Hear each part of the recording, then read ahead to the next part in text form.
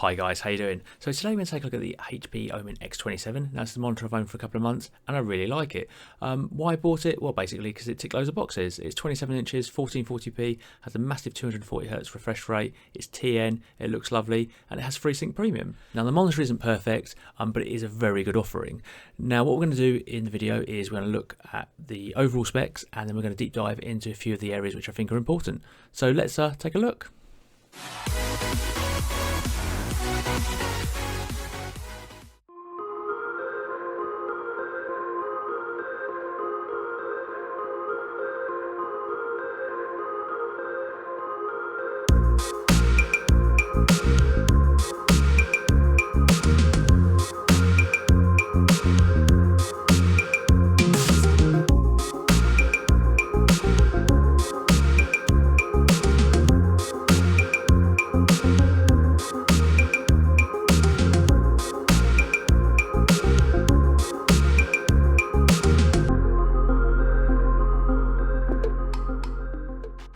So one of the really good things about this monitor is the 27 inches and 1440p. Now it's definitely the way to go when you're gaming.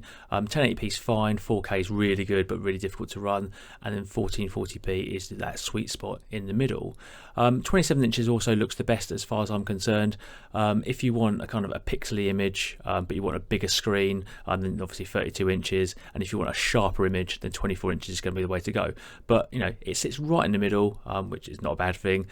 27 inches and 1440p, absolutely brilliant. So here we're seeing Battlefield 5 being played, and it looks amazing. You know, I've got absolutely no complaints with the resolution and the size. It is brilliant. So the monitor's refresh rate is 240Hz. Now to put that into kind of some sort of context, it's very difficult. You know, it's not until you've seen a high refresh rate monitor in person that you really know what it's all about.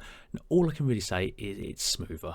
The image is smoother, text, just general kind of use. It's just so much nicer, so much easier on the eye.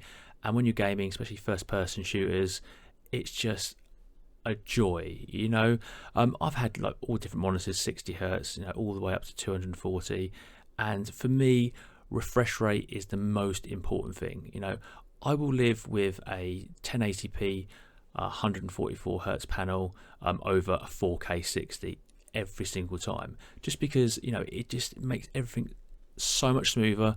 It makes life easier. You know, at the end of the day, resolution, you're going to get used to it, and you're basically not going to see the benefit after, you know, a few hours of use. You know, obviously there are exceptions to that, you know, if you're doing a lot of kind of detail work, but generally from a gaming point of view, refresh rate is absolute king. So this monitor, not only is it 1440p but 240Hz, absolutely amazing. So when I'm looking at a gaming monitor, I want to know that it's got the response time, resolution and refresh rate. Color accuracy and viewing angles aren't really a big seller for me. Now obviously if you kind of have the good colors and viewing angles, that's great, but it's not a kind of a deal breaker. Now on this, I think the color accuracy for my eye is really good. Also the presets, there's lots to choose from, and you're going to kind of find something that suits your needs. Obviously you can have a little tinker. Viewing angles from about 45 degrees are really good, and when you stretch out from that, yeah, okay, it does get dark, you know, you kind of do lose something, but remember, you're going to be sitting in front of it and it's a gaming monitor. It's not a cinema screen, it's not a TV, it's a gaming monitor. So does it meet my needs? Absolutely.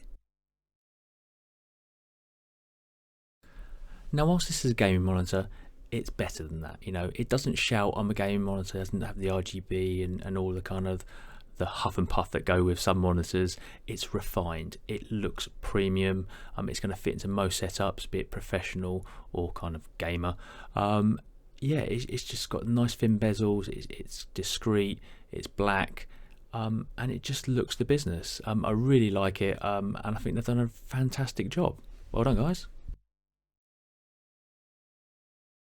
So another plus point about the monitor is that it's FreeSync, or FreeSync Premium to be more precise. Now this is really good because obviously I've got an RX 6800 and that suits me now. In the future I'm going to get a 3080 when the prices come down, and I'll be able to use Adaptive Sync then. Now, it's not officially supported if you take a look at the NVIDIA website. However, from my experience and the way things kind of progress with drivers and this, that and the other, I'm pretty sure that it's going to work, and it's going to work really well. So it's another good choice for choosing the monitor. So another good thing about the monitor is that it has an inbuilt FPS counter and also crosshairs. Now obviously you get this generally with gaming monitors, but I've never used it, and I thought, you know what, let's give it a go. So with the FPS counter, you can change the color, you can change the location, and I found it to be quite useful. However, usually I use MSI Afterburner and Riva Statistics because it gives me more information, temperatures and the like. Also the crosshairs were really good. You know, they kind of aided my hip firing. I didn't really have to think too much about shooting because it was just there, and it just really helped. So I definitely recommend using those. It'll give you an advantage, and I need all the advantages I can get. So they're really good.